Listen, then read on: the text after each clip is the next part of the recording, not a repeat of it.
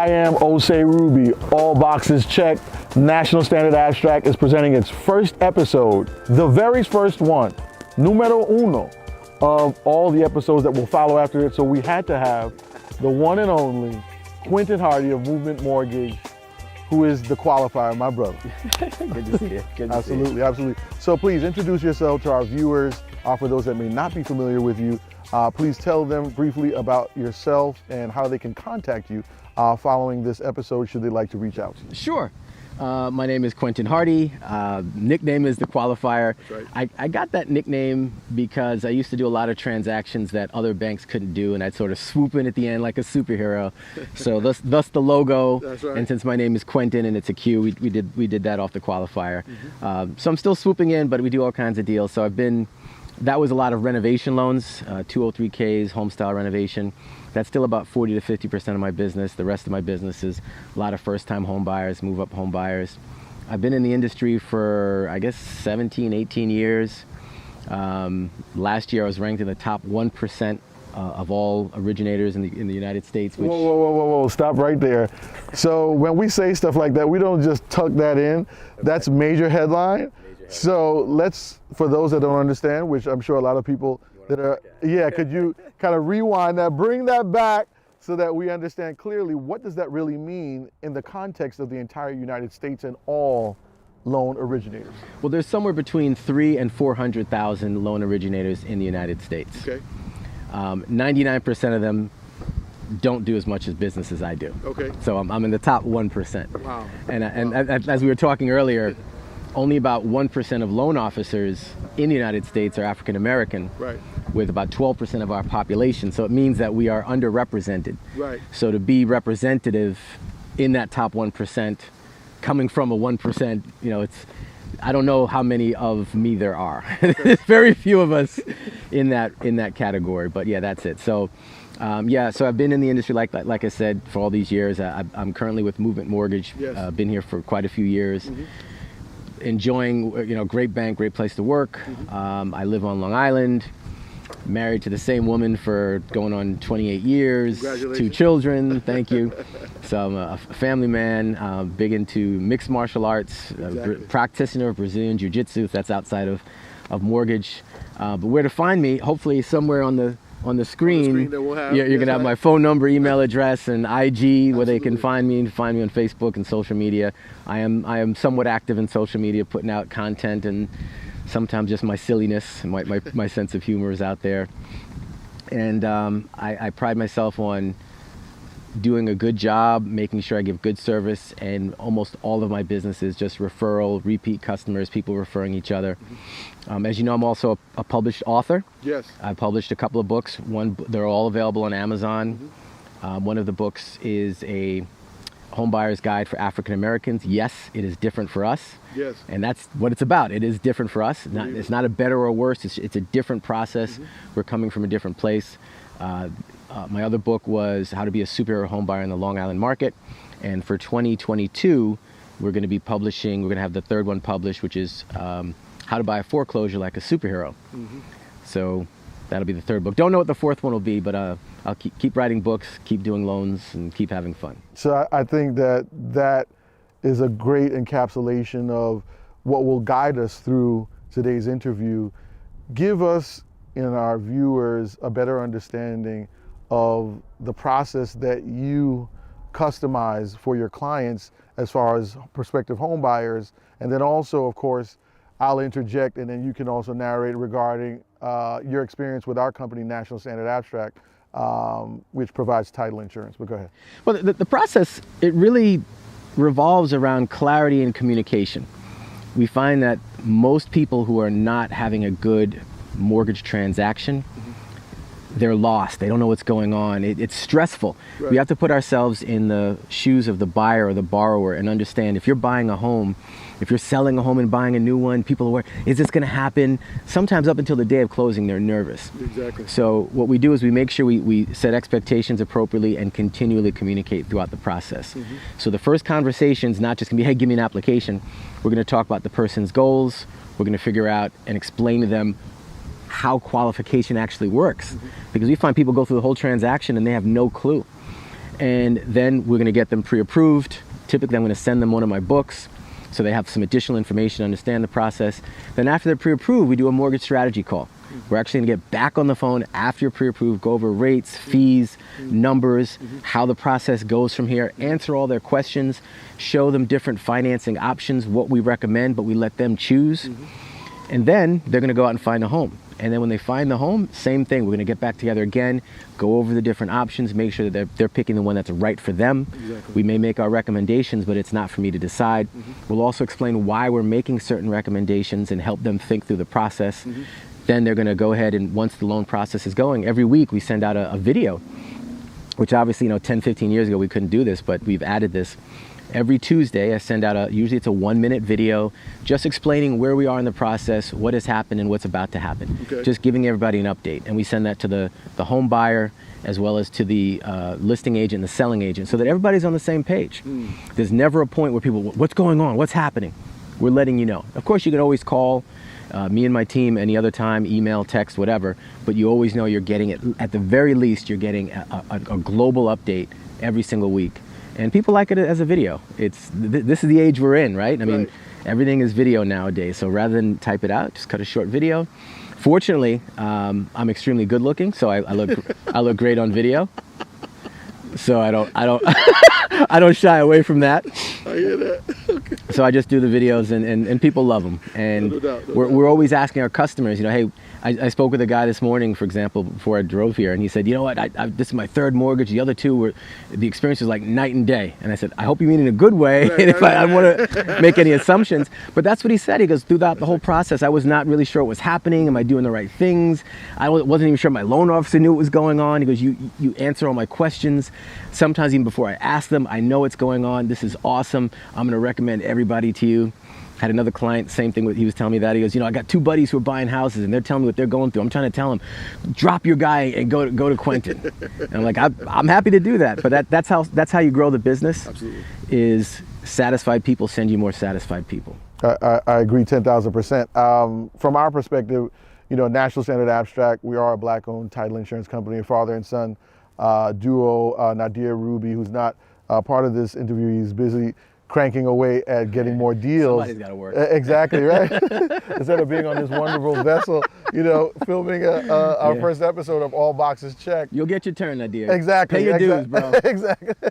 So, it's refreshing to talk to you today because our shared mission data point is Black ownership. And National Standard Abstract being a Black-owned title insurance company, of course we serve all customers, but we have a specific focus in wanting to create impact and empowerment for our own people and advancing them. So we've dedicated ourselves to donating over $150,000 of our own personal funds to Black organizations as far as that is concerned. And then more importantly, now tying it all back in, what you were talking about is awesome because your high level of service and quality for your customers speaks volumes, the feedback, the referrals, et cetera, et cetera. And then our ability to integrate now and provide title insurance for your transactions, we attempt and strive to match that level of quality, response time, turnaround time, and then managing the expectation of you and your client. So I think it's a perfect marriage in that proverbial sense. Yes. So definitely, I think it's very important that all the viewers understand that and understand what you do. What is big headline here? What is Quentin Hardy of Movement Mortgage Prediction, and just for the market, what do you feel the real estate market will do for the very near future now that we're here today, October 2021? What do you feel the market will be doing in the next 5 to 6 months? I don't think 2022 is going to look a lot different than 2021, with the exception of slightly higher interest rates as far as the mortgage goes. So that'll reduce affordability to some degree. Okay. We saw about a 12, 14, 15% appreciation in real estate, depending on whose statistics you want to read. And I heard people saying, oh, that's fallen off. It's only going to be 6% next year. Yeah, but normally we see 3.5, even 4% is high appreciation. So 6% is still high appreciation. Yeah. It's not record, 12, 14, 15, but it's still way up there. And I'll give you a prediction that's further out than the next 6 months. I think we're on the precipice of a housing shortage. Mm. And I think it more has to do with demographics than anything. Okay. How The so? Well, we have to understand that first you've got the baby boomers. Okay. And that's the biggest cohort demographically that we've seen. Right. And they would create and destroy markets. And they created, the real estate market. And then my generation, Generation X, you don't hear about us. We're the generation, actually you're Generation X as well. We came behind the baby boomers. You don't hear about them. Now you start hearing about the millennials. But the reason we hear so much about the millennials is because the millennials are actually a bigger group than the baby boomers. So we have enough housing Right. for baby boomers, Right. which was more than enough for Gen X, but it's not enough for millennials. So what we're really seeing now is the beginning of a housing shortage. Okay. We didn't build enough housing over the last 10 years because of the crash.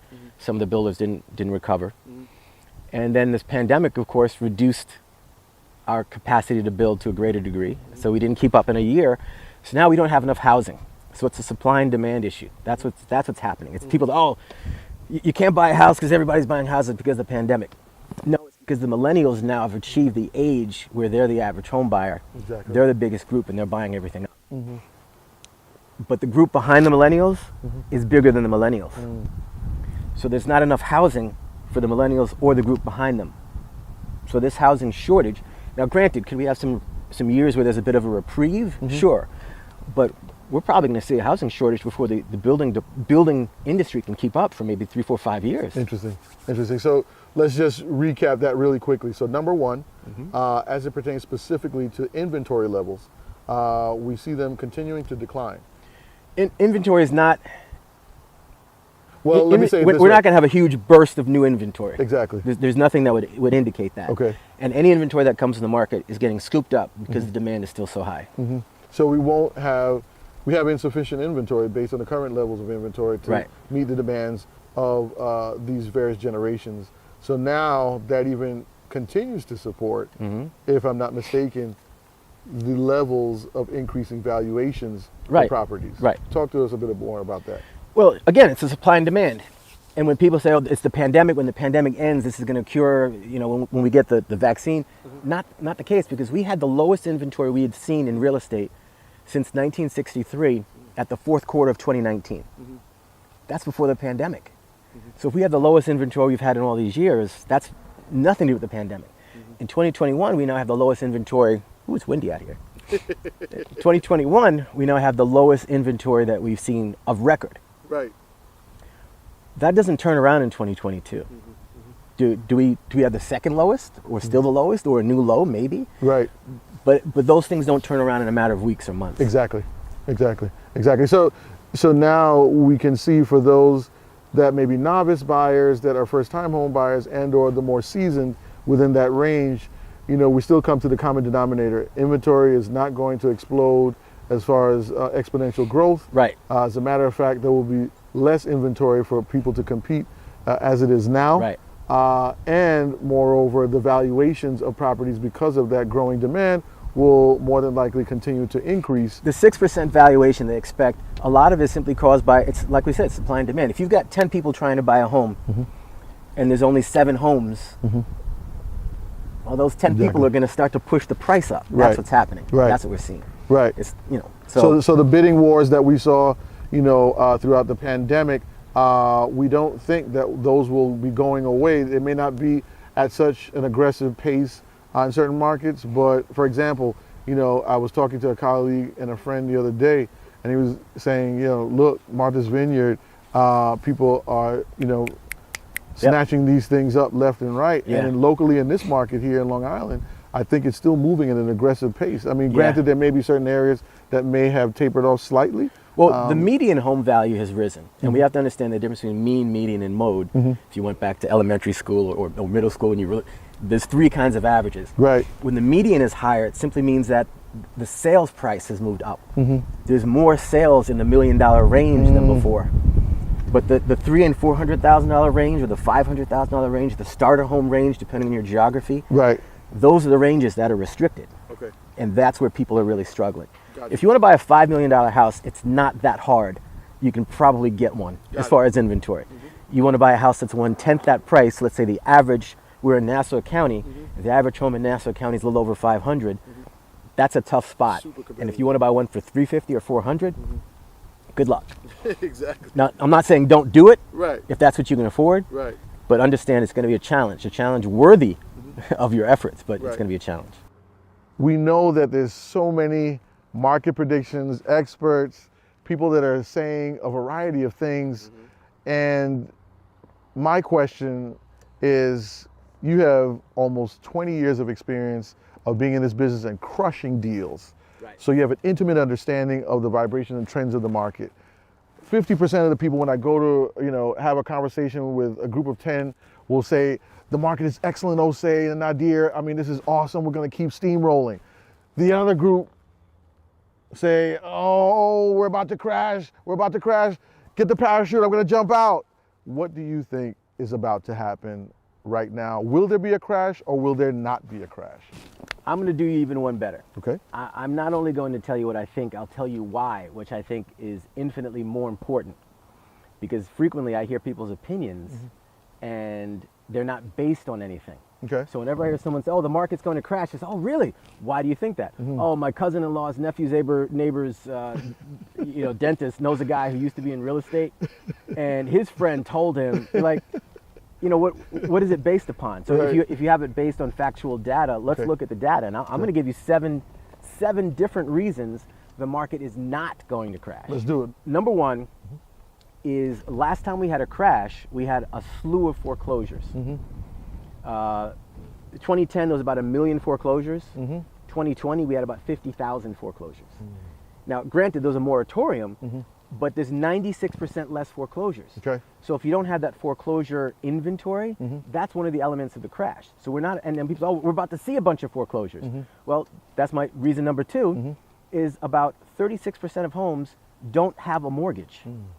So those houses are out of the mix. They can't be foreclosed on. Exactly.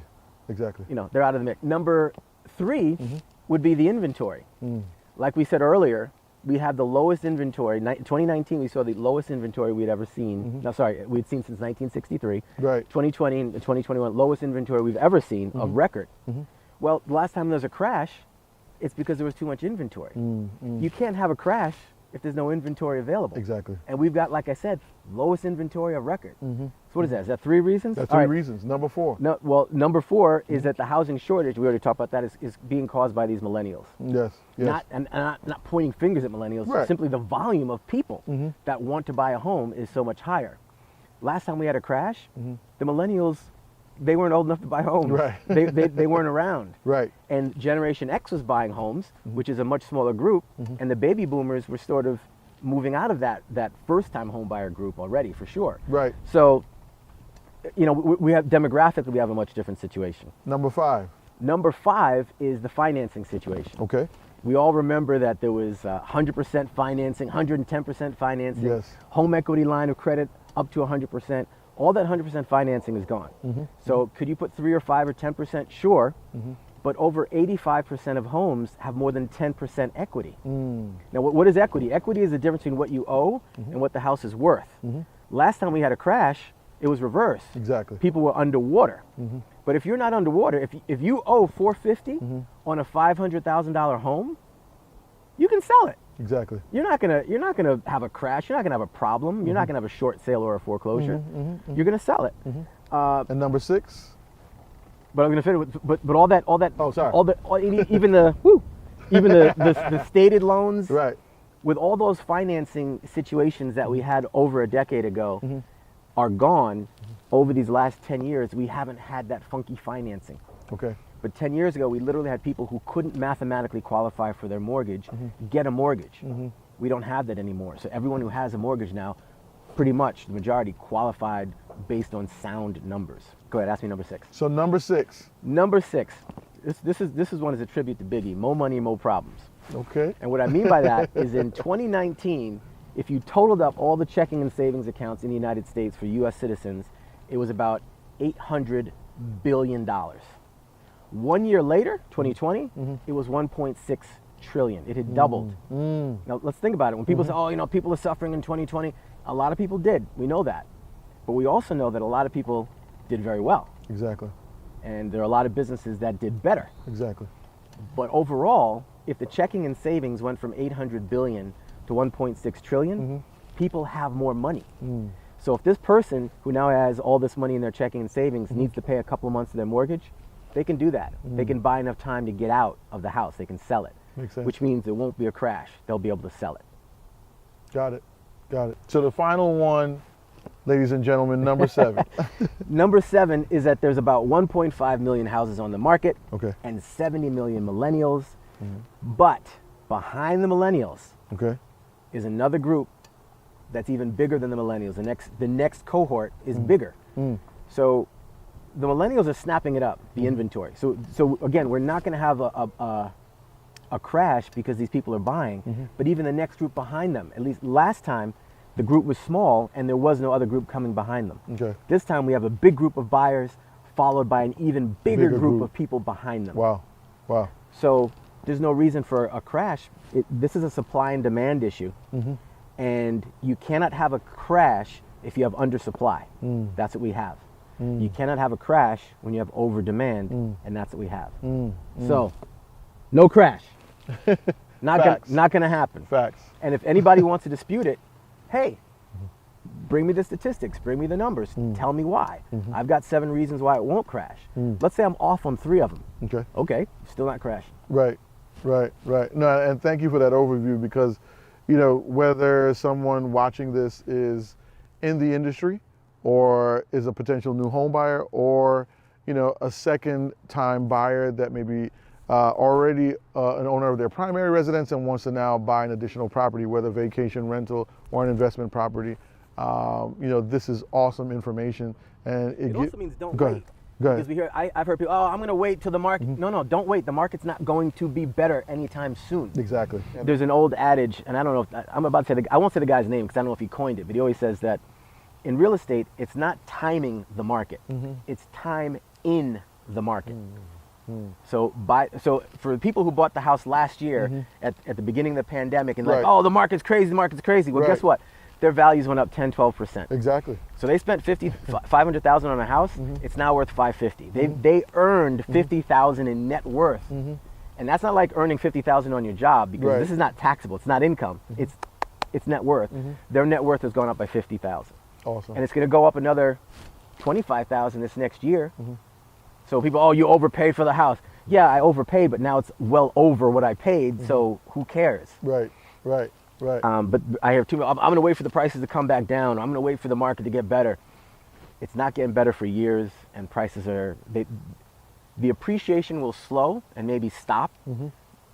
I won't even say stop. The appreciation will eventually slow, but we're not going to see depreciation in real estate in any market, in a general sense, let's say. In an individual market, we could see it, but in a general sense, I don't wait. If you want to buy a house, buy. So news headline, everybody. Do not wait. The market is not going to roll back. You may have little, scenarios in specific markets where you see somewhat of a taper off, but overall, as Quentin said, there will not be a slowdown that you should wait on the fence and think that things are going to be discounted, air quote, just using that term loosely. So definitely appreciate you making that point and underscoring that. Let's talk about your emphasis on your book where you talked about Black home ownership. We want to make sure that we continue to promote, our abilities in so many unique areas with your expertise in the mortgage industry and being in the top 1%. I mean, that's a milestone, awesome achievement. National Standard Abstract, likewise, has closed over $1 billion in the first 4 years of operation for a 100% Black-owned company. We, just by our sheer existence and accomplishments, serve as an example to others that we're not just talking about something, we're actually doing it, and then also creating value by creating the tools of information, demonstration of example, and also the resources by which to do it. So talk to us a little bit about your book so that the viewers are aware of the book. That's right, baby, that's right. Well, I actually started writing my second book first, and I was inspired to write a guide to becoming a homeowner for African Americans. Yes, it is different for us. And some of it has to do with my journey. My wife and I, we both grew up in households where the parents were homeowners, And when we moved back to the United States, we lived overseas for a while, and we were trying to buy a house, and the numbers weren't right, and some of my income was from overseas, so the mortgage company was having difficulty, getting me qualified. And I said to my parents, hey, you know what, we're just going to hold off. We're going to wait a year. Okay. And they were adamant about, no, you're going to buy a house, you're going to stay here and live with us until you save up the money to buy a house. And we lived with my parents for about a year. My wife gave birth, actually a little more than a year. She gave birth. We were pregnant. We were pregnant. She gave birth to the baby while we were still living at my parents, right. and he had his first birthday party at the new house. Wow, that's what's up. We'd been in the house for not even a full week. Wow. But what was interesting about it is I realized if we had not purchased, if we were saving, we wouldn't have been able to buy the home. And when I talk about time in the market, we bought that house. It mentioned in the book for about $160,000, and 5 years later we sold it for double, $320,000. Nice. Now we didn't know that the market was going to do that, but I realized that in those 5 years I'd increased my net worth by $160,000 back in 1990s numbers, Right. which is a lot more than it is today. Exactly. Simply by living in the house and paying for it. I bought a 2-family house because we needed the rent to help pay. But I realized that too many people are not in the position that I was in. I had my mom and dad help. I had my father-in-law co-sign.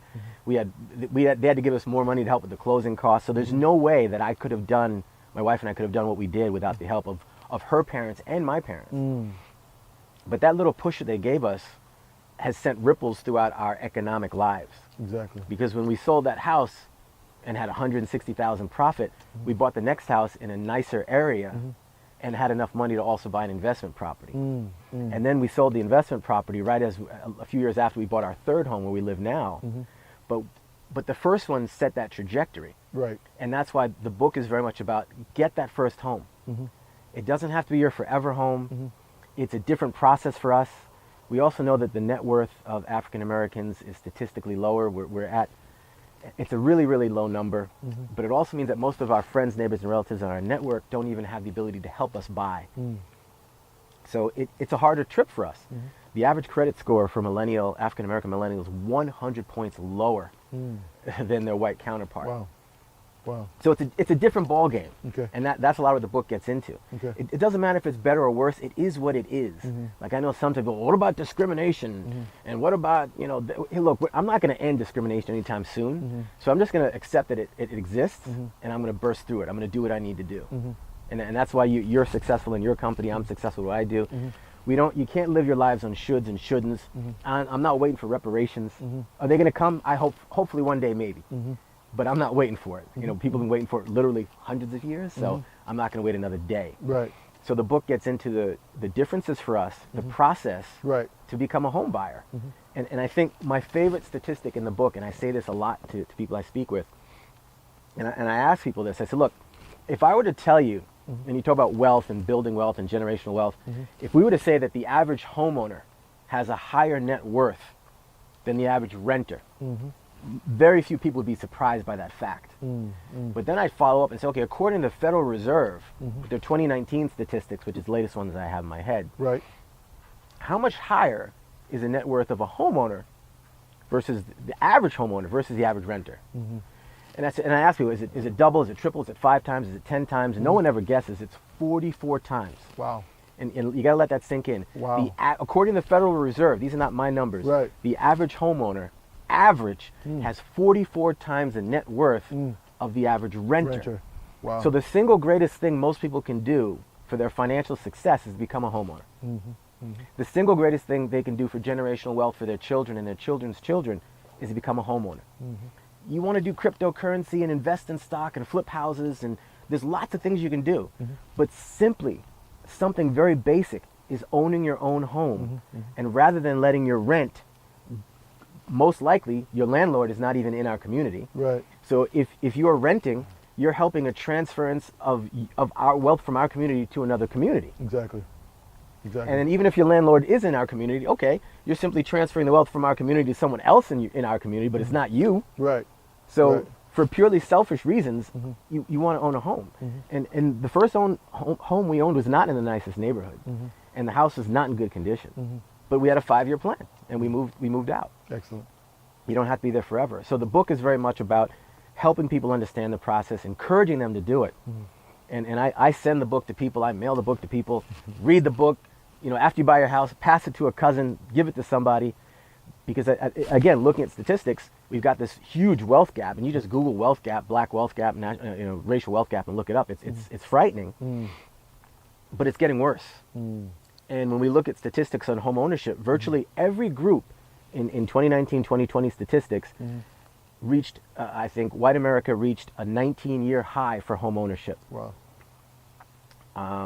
Latino Americans, gay Americans, any group, however you want to separate them, had a high, except for one group which had a decline. And I don't have to tell you who it is, it's us. Wow. We were the only group that had a decline in home ownership. But if the average homeowner has 44 times the net worth, we had also a decline in wealth. And unfortunately, and this is a scary thing, according to, there's some statistics out there, Forbes magazine even published it, by the year 2053, we're going to be in an average, African Americans will be in an average of 0 net worth. Wow. And at that point, we're economically insignificant. We're economically extinct. We're in a position where at that point, we don't matter in this country anymore. Because, let's face it, money talks. How do the politicians get elected? By money. And the tax base, and then who are their constituents? Whoever paid. So if we're renting and we don't have wealth, there's not going to be enough of us to have a voice, and then who knows what happens? You know, I mean, we don't mean anything in the country. No, and I think you gave a wide range of very strong points when you talked about the statistics of the projection of 2053. Going back, you know, from the last point, going backwards to just kind of put it in context. And I think it's important that the viewers understand that, you know, home ownership, as you said, one of the more basic steps that can be taken as opposed to complex. Complex would be, you know, thought of as a cryptocurrency, you know, stocks, flipping houses and so forth. That the necessity of a place to live actually can technically multiply your net worth. It's 44 money, times as opposed to a renter. You're spending that money anyway. Anyway, right, exactly. So spend it so that some of it stays with you. That's exactly, all. Exactly. And I think that's an awesome point. That is a very strong point. And hopefully it resonates with the viewers as they're watching this episode. With another aspect that I wanted to touch on also. So we talked about the market crash. You know, will it crash or will it not? We talked about, you know, inventory levels and, you know, increasing or decreasing. So now, National Standard Abstract. Yes. Tell us your experience with National Standard Abstract.